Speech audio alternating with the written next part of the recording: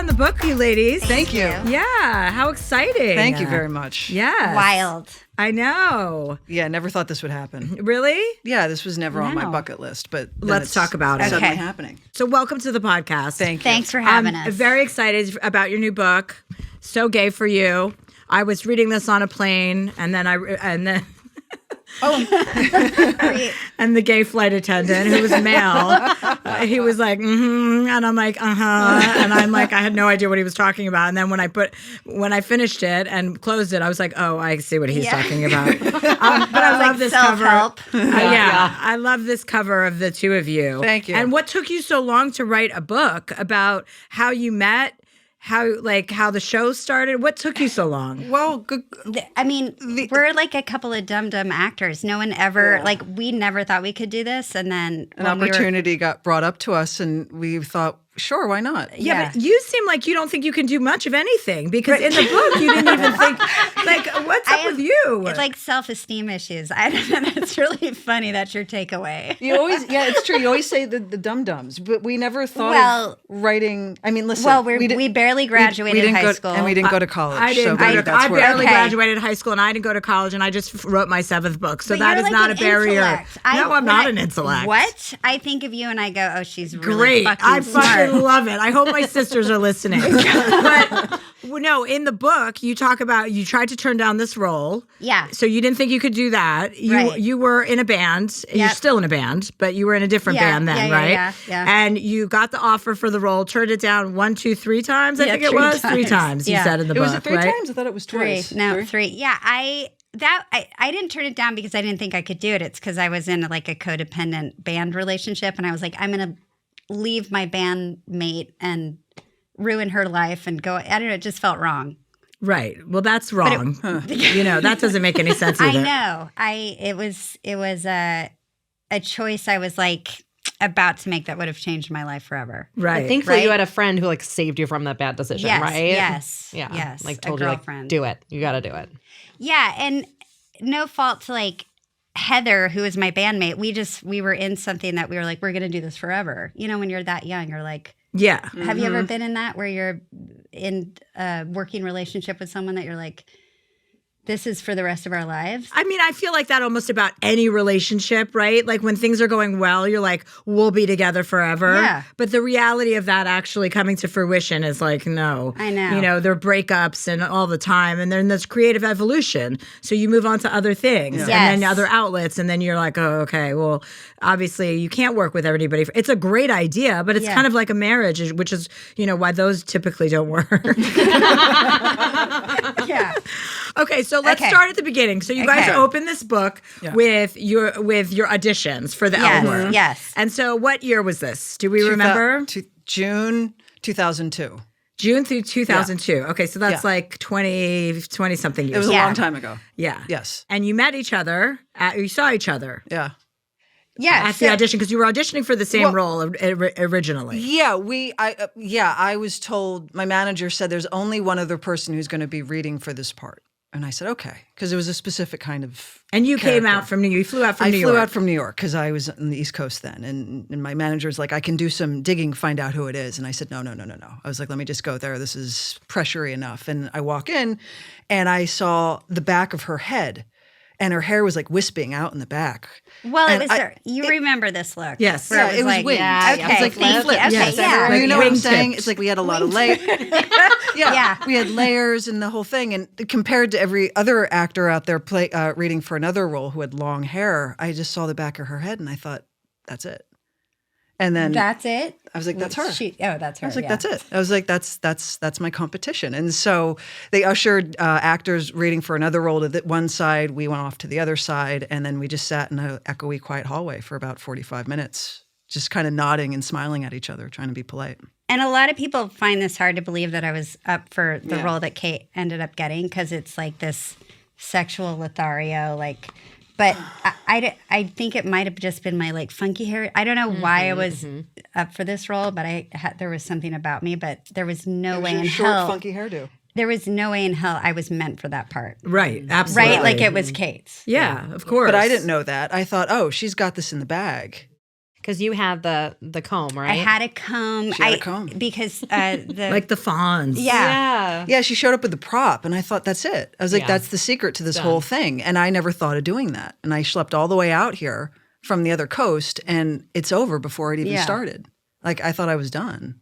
Auditioning fucking sucks. It's horrible. I mean, it is really one of the most, that's what turned me off of acting when I got out here. Thank goodness I could do other things because I was like, I don't know how I'm going to nail this. Yeah. Like, it's so unnatural. What an unnatural environment. And it's degrading. You know, you're sitting there like cattle waiting outside a room and then going in and everyone's competing. That energy is so bad for the soul. Yeah, You know and what I everyone's mean? trying to pretend they're not competing, but you all, you know. And then don't you want get called into the room, and it's whatever the circumstances that you're meant to be reading for. It's always going to be unnatural, but you have to somehow make it look like, oh no, this is completely normal, and like we're in this intimate experience, and we're not. Yeah, now we don't even do that anymore. No, now we go on Zooms and we control it, Which is ourselves. better. It's Yeah. Yeah, it totally is. better. But it's that has its own set of problems. But yeah, it's I want to easier. hear about your your audition process or what you were. Well, I once auditioned for a Nike commercial. I mean, this wasn't a serious thing, obviously, but I have tons of audition stories. But at a certain point, I was Commercials? That was your thing? No, I never was my thing. I never booked one. But I once auditioned for a Nike commercial, and they had me, and I had to wear short shorts. So I remember getting up in the morning in Santa Monica, and I ran 6 miles so that my legs were like, you know, like a throbbing penis, basically. Like they were at peak muscle. Like, you know, after a run was when they're like the strongest. And I was young. I was like in my 20s. And then I got it, and they were like, okay, you know, this is a dance commercial, so just like do whatever, you know, just dance. And I cannot dance. I have no rhythm.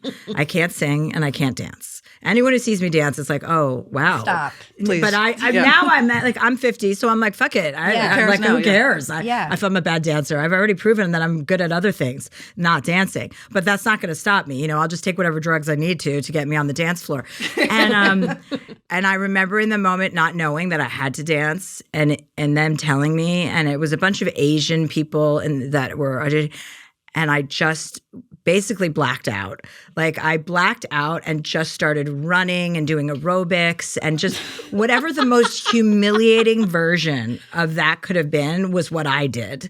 And I didn't look anyone in the eye. I just kept spinning around. I was doing, at one point I did a jumping jack, and then I was like two-stepping, and then I ran in certain directions, but then there was a wall. And all I remember is, when is this going to be over? When is this going to be over? And I remember just running out the door. I said, thank you, goodbye, ran out the door, and I called my agent, and I was like, I don't want to audition for commercials anymore, and I know dancing.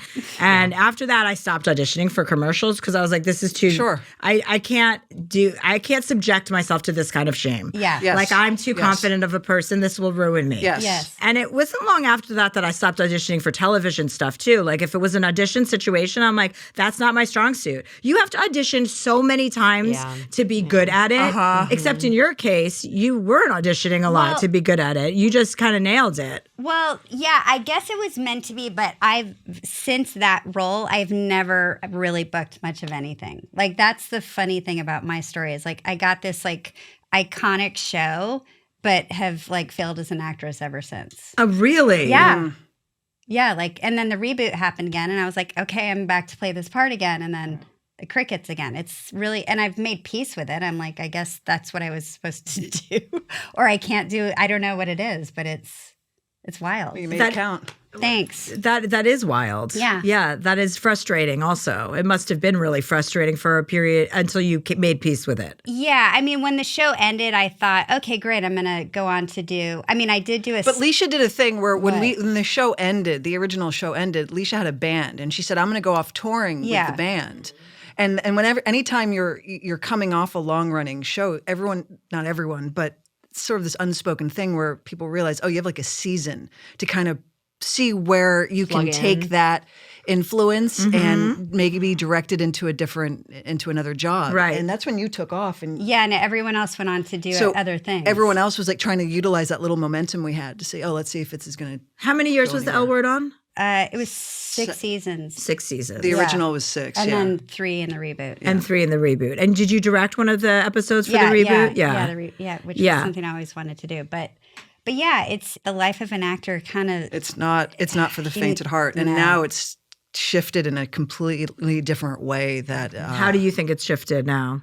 Well, for one, you can't get into rooms anymore. So everything's just based on your Zoom audition. So there's never any feedback. And because there's so many mergers and all these companies are either forming or breaking apart, it's nothing is safe. I think part of the reason why our reboot got canceled is because of a merger. And and even when a project seems like it's going to be great, well, maybe not, because either a company is going to fold into another one, or that's no longer the direction, or a new president is coming in, and it's just this, nothing's settled yet. Yeah, it's so weird. It's like there's so much money in entertainment and there's so many platforms now, yet there seems to be like a contraction happening, you know? A severe contraction. And it doesn't really add up because all the money's at the top, you know? They don't want to distribute it down like evenly to anyone. So it's just like greedy. I guess it's a reflection of what's happening in Washington, really, you know? Sure. Yeah. It's kind of the same thing. It's like people are so greedy, they don't want to pay. But let's talk about the experience of being on the L Word and what that meant to you, because it was really the only show about lesbians. Yeah. And such a huge success on Showtime, right? Did you ever see it? Yeah, of course. You did? Of course, yeah. Okay. And you don't think only lesbians watched it? No, we know for a fact a lot of straight women watched it. Yeah. They really identified with the friendships, I think. Yes. Yeah, let's talk about that. Let's talk about the French. It's so funny because with heterosexual people, like I just had this conversation the other day, like or maybe it was somebody who called into the podcast. And we were talking about like, you wouldn't be talking about these feelings if it wasn't a straight man and you were a straight woman and they were both like, you know, in other relationships and they were talking about their friendship and if there were feelings. And it's like, you can have male friends without having sexual feelings. But at the inception of meeting every man and woman, when they're both heterosexual, there's always the glance over of like, would I fuck you? Yeah. Am I attracted to you? Do I find you attractive? Yeah. Like that's the first thing that comes to your mind. And because of how we've all been trained, you know, like in this routine. But with lesbians and friendships, I want to explore that more and talk about that because that was depicted on the show so well. Well, people assume that like if you're friends, obviously, you're obviously going to be sleeping together. Right. It's the same thing. Like everyone's shocked that Leisha and I have never crossed that line. Because it's such a rarity, actually. Because it is. Because a lot of you think it's rare? I do. I do. Yeah, it's fair. It's normal for like two women to like be together at one point, break up, and then 10 years down the line, they're best friends, like to the point where they're family. You and I, we never did. We never crossed that. And we never wanted to. It never occurred to either one of us. No, that would just be unnatural. I find all of my lesbian friends, when one of them breaks up, like 6 of them break up. It happens in seasons. Like, when they break up with a partner, a long-term partner, so it happens. Like dominoes. It's a domino effect. Interesting. Right now, I'm experiencing 3 sets of lesbian couples that are breaking up. Wow. Out of major relationships? Yes. Or like, major. I'm going to pay attention to that. I've never noticed it before. I know, it's very strange. I think that's the advantage of being a straight person and being so immersed in the lesbian world. I have so many lesbians in my life, so I get the best of both worlds. I assume at some point I will transition into being a full-blown lesbian just because the writing's on the wall there, you know what I mean? So I guess they're just waiting for me to come over, you know? You would be a great one. You'd be welcome to open arms. Thank you, I appreciate that. You really would Thank be, you. like, everyone would love to have you. Of course. So what was the experience like of being able to depict that in a truthful, healthy way? Like sharing that experience together? Well, it's interesting because I think the perception outside of our show is that it was only designed for the male gaze. And that was a lot of critique we always heard. And really? Yeah. Everyone thought, it's only for straight men to get off on and it's clearly being directed. Why is everything's to serve up to straight men? Precisely. And the irony is that the whole show is run by women. And written by and so it actually had, like you said this before, and it's true that like women can sexualize each other as well. It wasn't just objectify each other. It's not just for men, and so that was sort of a disconnect that we on the show always thought that's so off base actually to what's really going on here. Mm-hmm. I mean, if you guys had a male creator and a male director, I mean, can you imagine the shit you would have gotten? Well, maybe not back in that We time. did In have- 2002, it would have been fine actually because people wouldn't have called it out. Right. We did have male directors and they were all great. Like everyone Yeah. took it really seriously. Like everyone felt the pressure to get it right. It was like, okay, this is like and the all the one male chance. directors were always saying, "Is this right? Is this okay? Like, I don't want to make you. I don't want to push it or anything." And so they Or always does this ring true? Would you yeah, really do they this? always Or- left it up to us to decide. Oh, you're like pushing the boundary, and they'd listen if we had like extreme critique to an idea they had. They go, "Okay, fine." Yeah, it's and it was okay." way before intimacy coordinators, which are like Now it's like it's a whole thing now. But I mean, we're gonna have We did it intimacy our- coordinators in our real lives. That's a certain. oh my gosh, point. I thought you said come on right now. I mean, Welcome. like I mean, that's how serious intimacy coordinators have gotten. yes. You know. Yeah, no, but it's we- a whole. But we were back then. We were just like we would work it out with each other, with the Director. The director, like it was all just like it was always on the day. It was like we'd be on set and we'd say, "All right, well, let's figure this out. How are we going to do yeah, this?" how are we going to do this? Yeah. But it was to answer your question earlier, like because I was out and like I was like the only gay one at the time, even though Oh yeah, Kate you were was, still like, dating men, right? When the show started. Not really. No, like I had dated guys, but I wasn't. I don't think I was dating anyone when that show started. You had just broken up, or with maybe a I just boy- stopped you had a like boyfriend. dating some guy, but I was sort of. It was nothing serious when I got up to Canada. But go ahead. Oh, that's right, Canada. Canada. Yeah. Yeah, but We're all going back there, so yes, we are. I'm just slowly transitioning into Canada permanently before they become the 51st state. Anyway, oh my god. let's not talk about that. Yeah, Let's keep things happy. Yes. back to pussy. Yeah. No, I felt this responsibility to represent like our community correctly, but Nice. I didn't even know the impact the show was going to have. Like I thought it was going to be this really underground kind of indie TV show that nobody saw. But everybody wanted to get it. yes, Like we had a sexpert show up Yeah. during the pilot with a big binder talking about sex toys and how and like a toolbox and and all a these toolbox like and all of these like dildos. all these apparatuses to be like, okay, so here are all the options one has, and everyone was sitting there like, oh, okay, and like there was a whole seminar about it, so everyone had a really clear agenda. No one wanted to fuck it up. Yeah. Mhm. I don't know. I think we all. I'm like, I thought you were going to continue. No, okay, I was kinda but with the recognition, I mean, I'm sure here in town, right? Obviously, people were approaching you all the time. No, They weren't. No. Really? In We were LA? we were in Canada. No one cared about us. Oh, We lived in Canada for like 9 months or something. I'm sorry. But you weren't living in LA at all. No, we either were way. during hiatus, but no one. When we got home, I don't think anyone really seemed to care that much. Really? Yeah, That's unless you went weird, to a 'cause gay bar, that was a different story. That but was different. Wandering down the street. Oh yeah, no.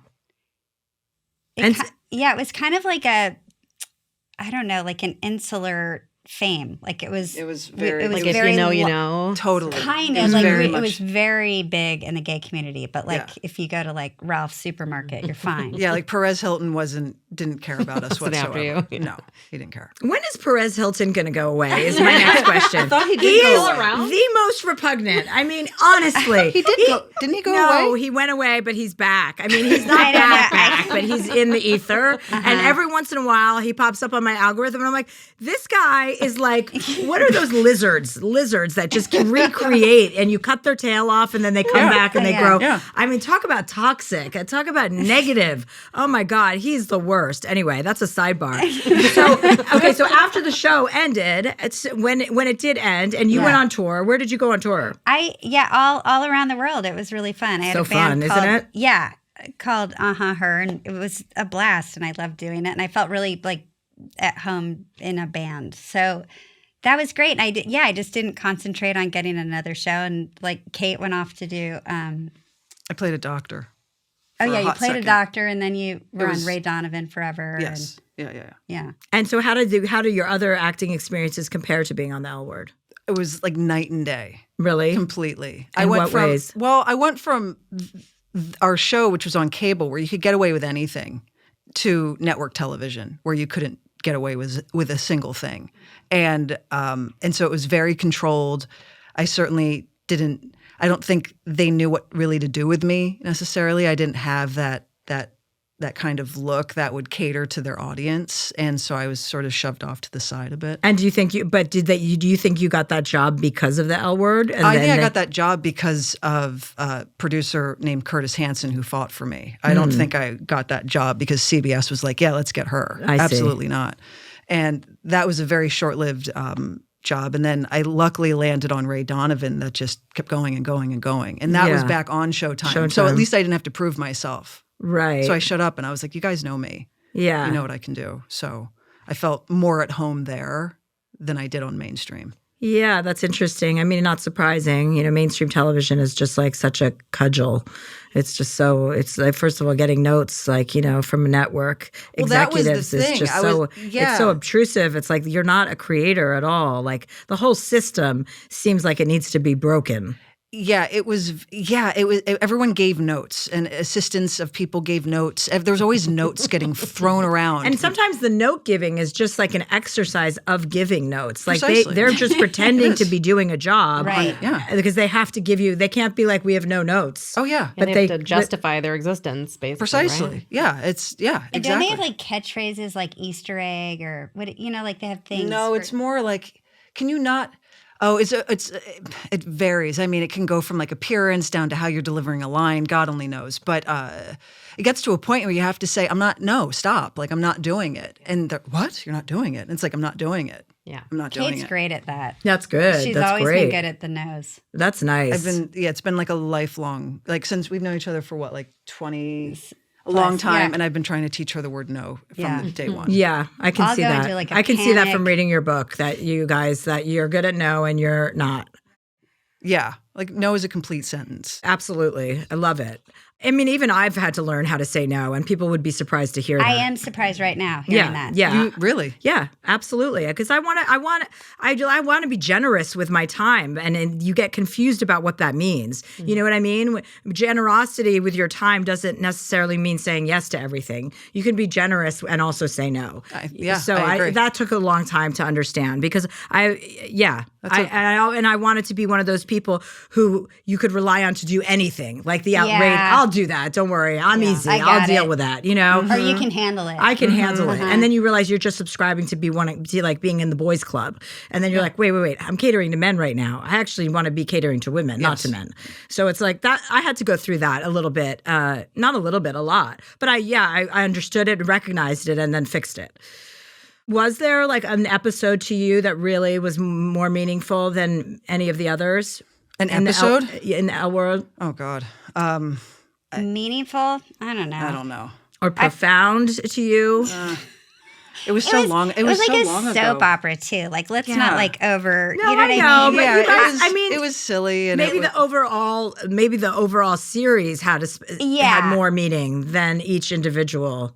The sum of its parts. I think it like broke down barriers. I think it opened eyes. Like it showed people like not just one character. Like you always say like one lesbian or like one lesbian couple, or they die or they're coming out. It's always a coming out story. But this was like, no, we're like functioning women in the world. We have careers, we have friendships, we have relationships. Like that's what it did. It just and we was like sort to of eat pussy. Yeah, and there's that, you know, and it's like, I don't know. It just was this well-rounded It's hard idea. to think. It's hard to think of one episode because my memories. No, I can understand that. I think that, it's so interesting when you look at, especially in our industry, there are so many women that become late in life lesbians. Yeah. There are so many women who get divorced and they're like, I'm done with this. Yeah. I'm done with men, and then they're lesbians. And it's like, it's almost, I don't know if it's a sign of the times that we live in where men have just outworn, their welcome. And all of their secrets have been exposed and we're just done with it. Or if this happens in every generation, where a woman is 50 or 40s and 50s and starts going, you know what? I don't want to be with men anymore. Yeah. I don't have to. I have choices. Like, do you think that happens during every generation? Even I think it's always been around. It's always been around, but now there's gay people are new. But there's a less binary way of looking at everything. Yes. So I look at how teenagers look at themselves and they say, I'm open to anything. And that's translating into people our age. And I think that's wonderful. So there's not so much fear, and it's just you can be whoever you are and you don't have to label it, and who you love is who you love. And that sounds like a super cheesy motto, but it's true. And I think the less labeling is, I think, helping people accept who they are more. Yeah, I decided I got a mammogram the other day, and they were asking like ethnicity, and I was like, I'm not answering these questions anymore. You know what I mean? This is outdated. Yes. You guys have to update your forms. Yes. Like, it doesn't matter if I'm married or not. Yes. Yeah. It doesn't matter if I'm white or Asian or Caucasian or, I was at the doctor the other day. It's like, where are these? Yeah. There was a line that said, "What is the gender of the head of your household?" And I was like, "What? What? Like what? In the 1950s? The head of your household? You should have put T for trans." I was like, what? Like, yeah. Unnecessary. Completely unnecessary. What kind of doctor? A GP. Just like, I had an eye doctor. I went to an eye doctor and I was asked something about my ethnicity, and I was like, what difference does it make? And I looked at him and he's like, sorry, it's on the form. And I was like, why? Yeah. So don't you think that the political environment we're living in is a direct reflection of the fact that most people are coming to terms, not most people, but the majority of educated people are coming to terms with the fact that all of this is such nonsense. All of these labels are such nonsense. Like, it is the death cough of white supremacy. I don't know if we'll experience the end of it, but it's definitely the last stages of it. And that could be another 150 years. I don't know. But it's the old white man's reaction to women going, no, we don't need labels. Yeah, we old white might man. like boys, we might like girls, we might like both, we might like nothing. Like, know, they're not willing to accept that. It certainly adds to the fear that they're no longer in power. Mm-hmm. Yeah, I got this great book. This friend, I'm going to do this when we do our book roundup. My friend, my makeup artist in New York, gave it to me, and it was going over all these women in history, who've gone unnoticed, and all these painters, and that there was a period in the 1600s where there was this explosion of female talent. And by explosion, there were like 13 really well-known painters in Paris during that period of time where all these painters were coming up. And there were 13 of them, and they were in history books in the 1600s. And then when you get past 1800, they're gone. There's complete erasure of them because men were so threatened by the few that got in and the successes that they reached, which were beyond the reaches of the men, that they decided, okay, we're going to take their work and claim it as our own, and women are no longer allowed to paint. Isn't that the same with Hollywood? Women directors, they directed everything at the beginning of Hollywood. Yeah. Right. That's true. Then it was gone. And so, I mean, that's not a new information, but it's nice it's so funny how threatened they are by us. Yet we're not that threatened by them. Right, how women have been the enemy to them since the beginning of time, essentially. Like, why are you so threatened by us? Because we're not threatened by you, so we'll threaten you. Like, we'll threaten your bodies, we'll your rights, because, So it's nice to know this has been going on for quite some time. At least we're not alone. On that note, we'll take a break and we'll be right back with Leisha Hailey and Kate Moennig. And we're back with Leisha Hailey and Kate Moennig. Okay, what do we got today, Catherine? So many lesbian questions. Oh, we great. do? So many. Great. I love lesbian questions. So our first, we did this on our podcast. Oh, you do advice? Yes. Awesome. Oh, I love it. We're well Perfect. versed in the advice. Good. Well, this first one is just a write-in. We do have a couple callers, so we'll spend a little time with this one, but then we'll move on to our callers. So this one is from Lola. She's not joining us. She says, Dear Chelsea, I've been in a relationship with my partner, Bridget, for 2.5 years, and her ex-girlfriend, Samantha, just never goes away. Oh, no. When we started dating, I knew things were complicated with her ex, but it was impossible to comprehend how the situation would impact me in the future. My partner, Bridget, was in a 3.5-year relationship with Samantha, who is her sister's best friend and coworker. Wait. I need a chart. This is a little bit of a chart. Can you repeat that one section? So the writer, her partner, the ex is the partner's sister's best friend / coworker. The ex is the partner's sister's best friend. Okay. Yeah. Oh, wow. So it's like okay. if I'm the girlfriend, it's my sister's best friend. So like kind of around, like in the family, that sort of thing. Okay. Samantha is also a single mom, this is the ex, to a 10-year-old daughter. She was 3 to 4 years old when they started dating. My partner has a close relationship with her daughter, and this is something I've always tried to support as the child has nothing to do with me or their breakup. Or does it? They'll even FaceTime, and it's a little awkward for me. Though I find her commitment to her ex's child admirable, I do struggle with this, not because she's spending time with the child, but because Samantha is still deeply in love with my partner. At the beginning of our relationship, she would call, text, and FaceTime multiple times a week. I always found it to be weird, but it started making me uncomfortable when she began to ask my partner to give her another chance, professing her feelings for her. Bridget ended up blocking her for over a year. I know this is immature of me, but within the last year, something told me to check out Samantha's social media. And what I saw was bizarre, and if I'm honest, I feel a little embarrassed for her. She regularly makes TikToks about my partner where she's professing her love for her, saying that she's her soulmate and that she'll do anything to get her back. Though I find it sad and embarrassing that this 37-year-old woman is consistently making TikToks about a person who broke up with her 3 years ago, I still find myself feeling insecure about this. When I express my concerns, my partner mostly validates my feelings, but also brushes it off. I want to find a way to be more secure, knowing that Samantha's always going to be around. Is it possible for Bridget to have a relationship with this child without having a close friendship with Samantha? And what, if anything, should I do about the social media obsession? Lola. Oh, God. That's deep. That's also very That goes outside of gay too. It's just sort of like I think this is all your problem, you guys. I think this is all about being gay. Yeah, and there's codependency and toxicity and boundary crossing, and then there's a child involved. I mean, it's a mess. This is a mess. I'm sorry. That your partner needs to. I was confused because I thought Bridget, the partner, blocked. She had blocked her, then I think she unblocked her at some point. Okay. Yeah, she blocked her for like a year. But Lola, right, yes, the writer, Lola had not blocked her and fell into this awful habit of tracking her on social media. TikTok, is it TikTok? Whatever. So that's a problem. You just have to break that cycle. You can fall into that easily. I think the issue lies definitely with Sam. Right? You just have to know who Sam is and that Sam has some issues. But I think within the relationship, they have to figure out what boundaries are going to be there. Because kid or no kid, and I don't have kids, I really can't speak to it. But this woman seems a little unsafe.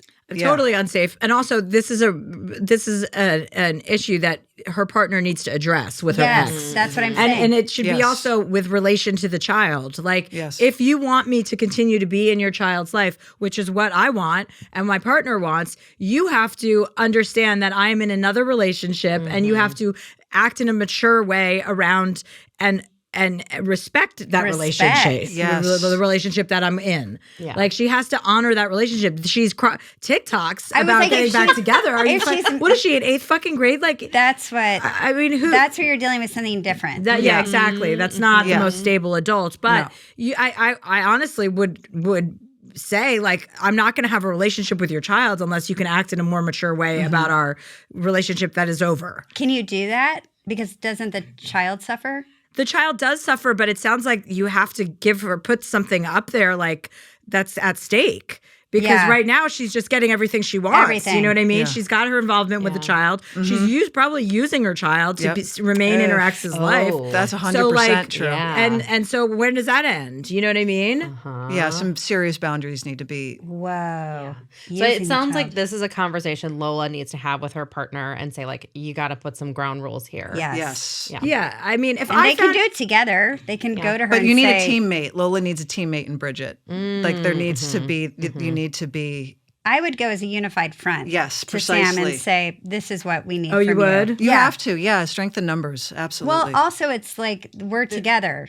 So you have to. So a unified front to the problem at hand. Absolutely. Otherwise, you're screaming into nothing. Yeah. Is this a letter? Is this an email? What do we think? I don't think it's a text. Well, where do I they think live? it's Where do nice. they live Not in? a text. I Where do think they it's a live? sit-down. Where do they live doesn't- in proximity It to each doesn't other? say. I think they need to sit No, down. this with is her a face person to face. person. This Yes. is a person Coffee to date. person. Yeah, in person. In a public setting, not at someone's Oh. house. What? Yeah, don't come over, and I don't want to go to yours. Let's meet publicly. We'll Yeah, get the there will be check. screaming if or it's crying, hopefully. Yeah, exactly. You want to temper the. I mean, I would say it's her responsibility because it's her ex and it's her relationship. But you guys are saying that they should do it together as a unified front. I don't.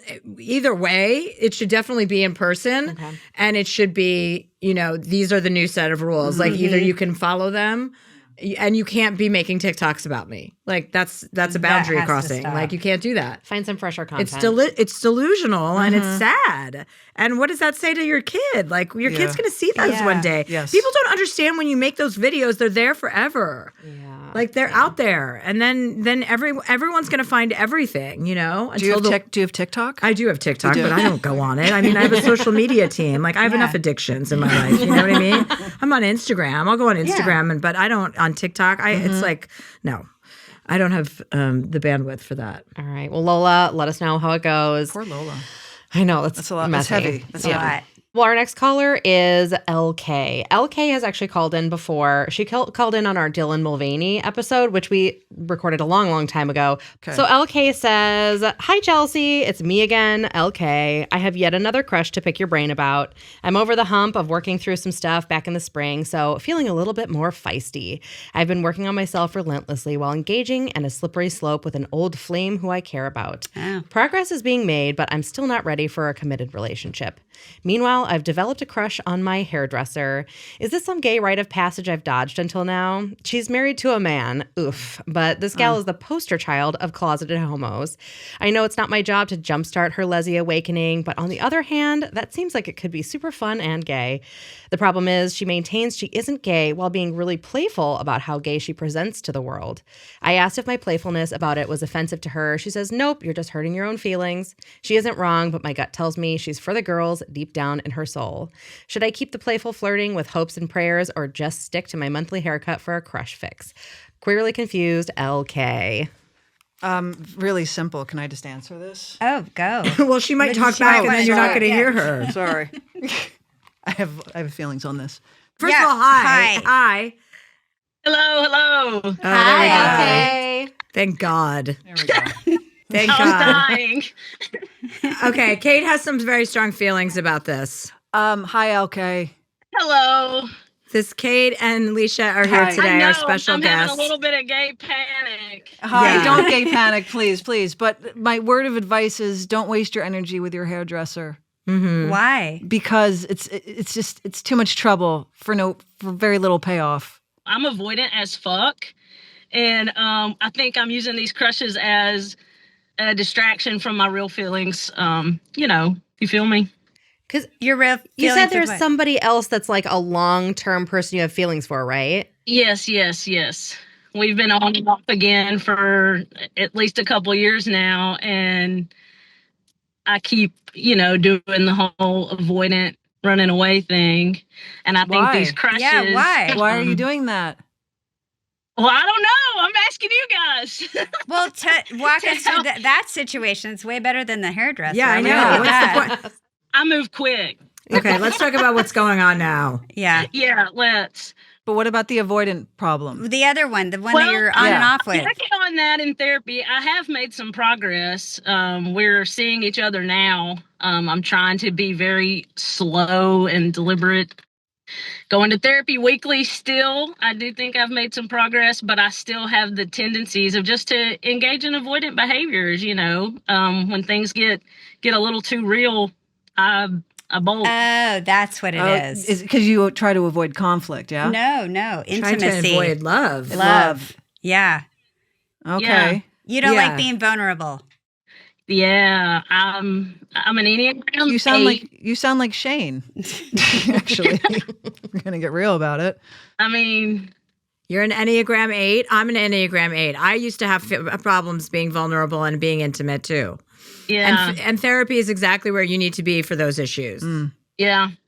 You have to run. Listen, like I know there's no fast forwarding these emotions, but like you recognize a pattern in your behavior, you're doing something about it. And every time you have an instinct that you know is your pattern, you have to try to fight that. You have to run towards what you're running away from, in a sense. Great advice. And you have to like practice that on a daily basis, because it is totally possible to create new habits. It is totally possible. Yeah. I just got an email yesterday from Jane Fonda about something, and she said it's so. We were talking about therapy, and she said it's like when you create new neural pathways, it's like you're changing the temperature on a thermostat, because once you change it, it doesn't change again until you go back and change it. Mm-hmm. And I thought that was such a great way to put it. And it's so true. Like, doing the work of therapy is great, but you have to supplement that with the work that you're doing on your own. When you're out there in the real world, you have to practice running towards the things that make you feel uncomfortable, that make you feel scared, because those are just feelings. That's not, that's a pattern of behavior. Something that happened in your childhood. It could have been many things that happened in your childhood. But what you're saying is you want a relationship, right? She died.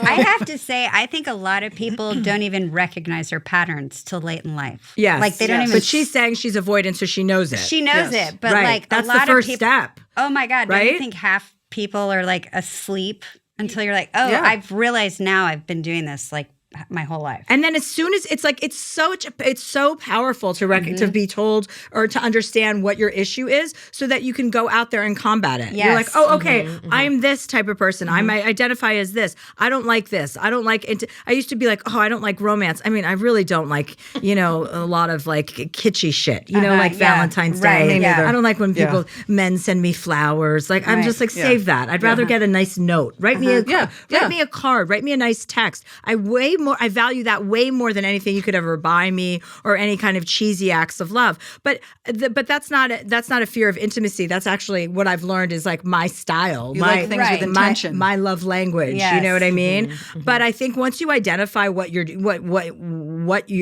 issues are, like her fear of intimacy, that is so freeing. To know that, because that is the first and biggest step you get to correcting exactly. it. Like, maybe with this girl she's with, she's been in this pattern of pushing her away, and maybe she just realized like, I have an issue. Oh, she's back. Did we get too intimate for you? Did you drop the call on purpose? No, my iPhone overheated. I'm on my lunch break in my car in Alabama, and my iPhone overheated.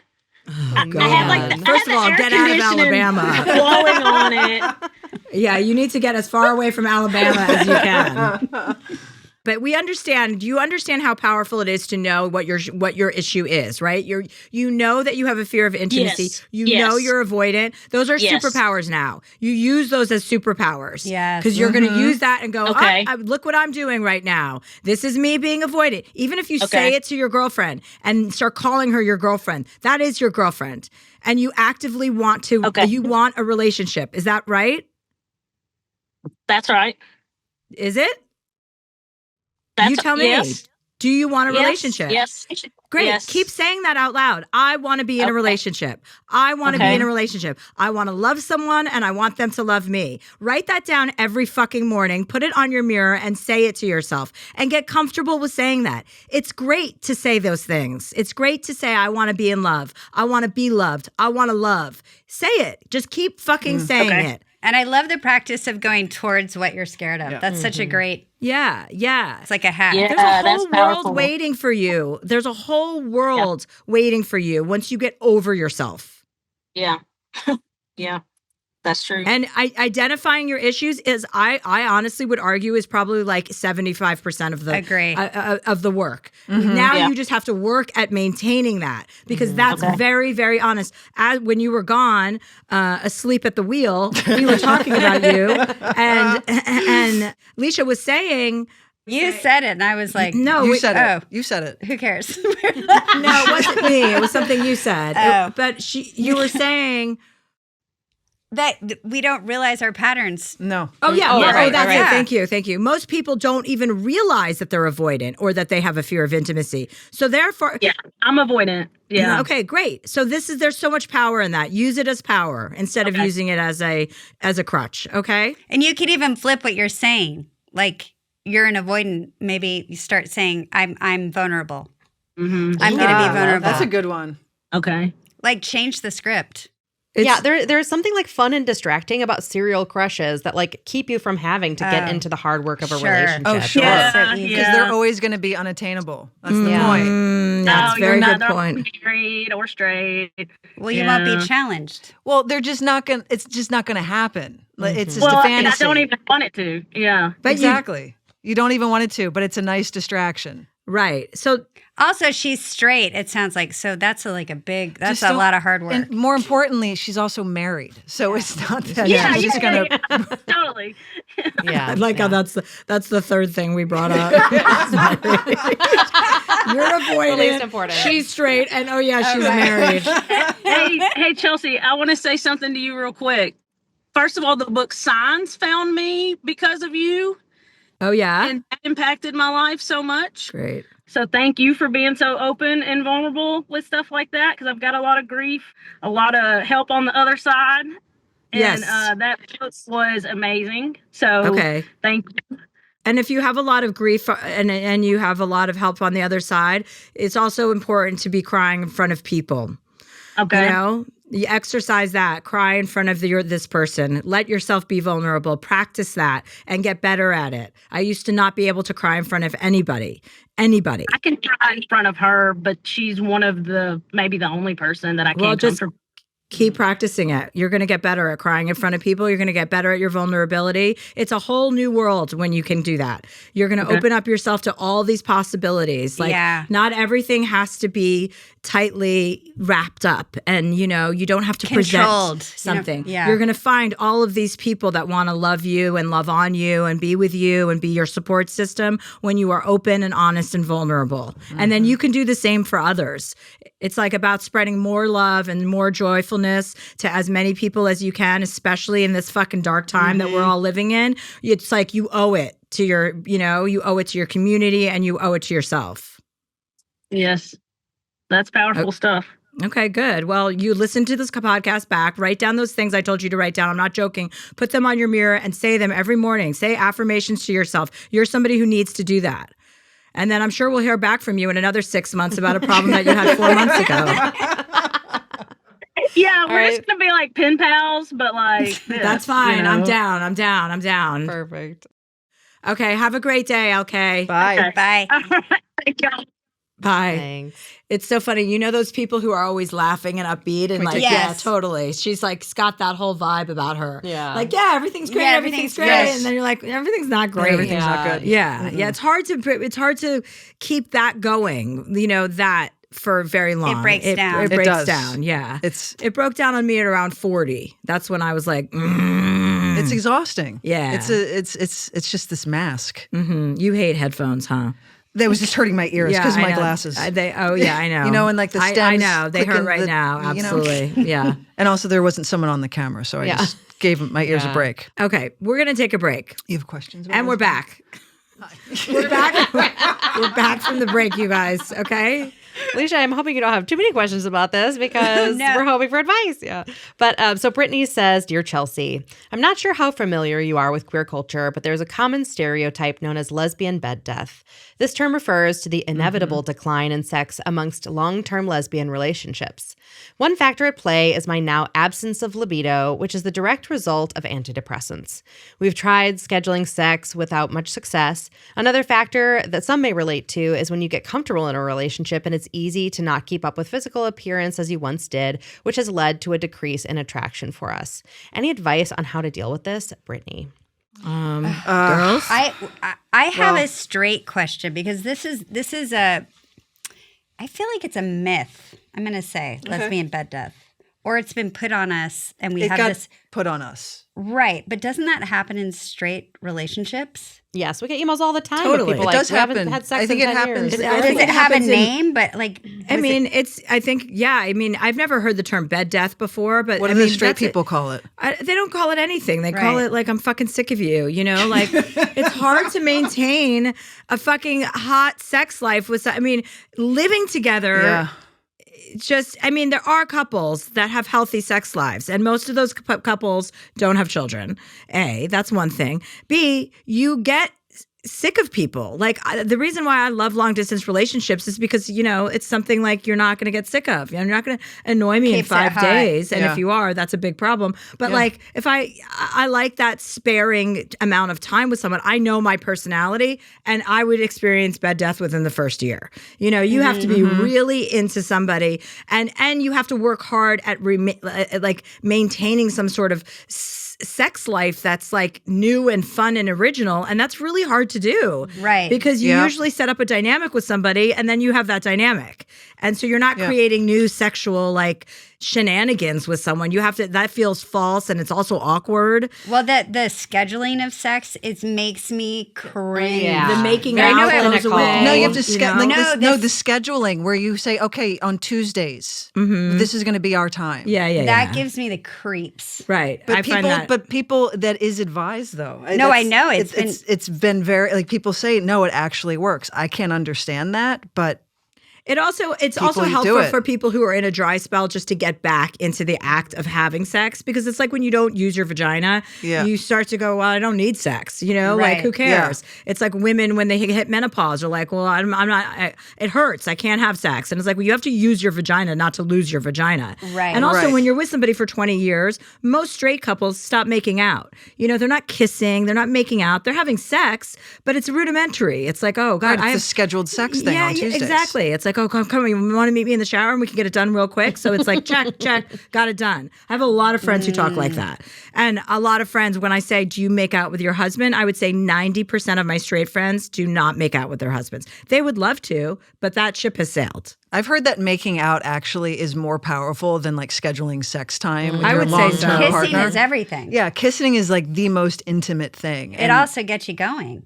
Right. Yes, it does. But even if it doesn't get that far, it still like represents a level of intimacy that sex doesn't always. Absolutely. And there's like cuddling and like snuggling that goes along with kissing, that goes a long way too. Like there is intimate, that is intimate. That is intimacy as well. Sex can be non-intimate, Yeah, that's true too. But lesbian bed death, it's like the lesbian bed death thing. I think it gets put on us because you think of two women get together and they just want to like nuzzle in and stay at home and nurture and get a bunch of cats and never leave and order takeout. Exactly. And so Right. I think that's how that stigma got put on us. Yeah. Just Well, the overall and I feel like scheduling stereotype. sex is awful, Yes. but scheduling a date night where you can actually reconnect with your partner and like go do something novel and different. I'm with you. That's I great. like That's I like a fun. I'm with you on the date night thing. Yeah. If And- you make a point to like go have dinner or go out and have drinks and Yes. get out of the house. Rekindle intimacy rather than Yes. just the sex part of it. I'll also say because of the antidepressant thing, like you don't necessarily, I know like antidepressants are tricky to get it right, but if you're open to experimenting with some other stuff, like talk to your doctor and say like, this is what I'm experiencing. I have no sex life because of this. What else can we try? So that might be something to do too. Okay, well, on that very depressing note,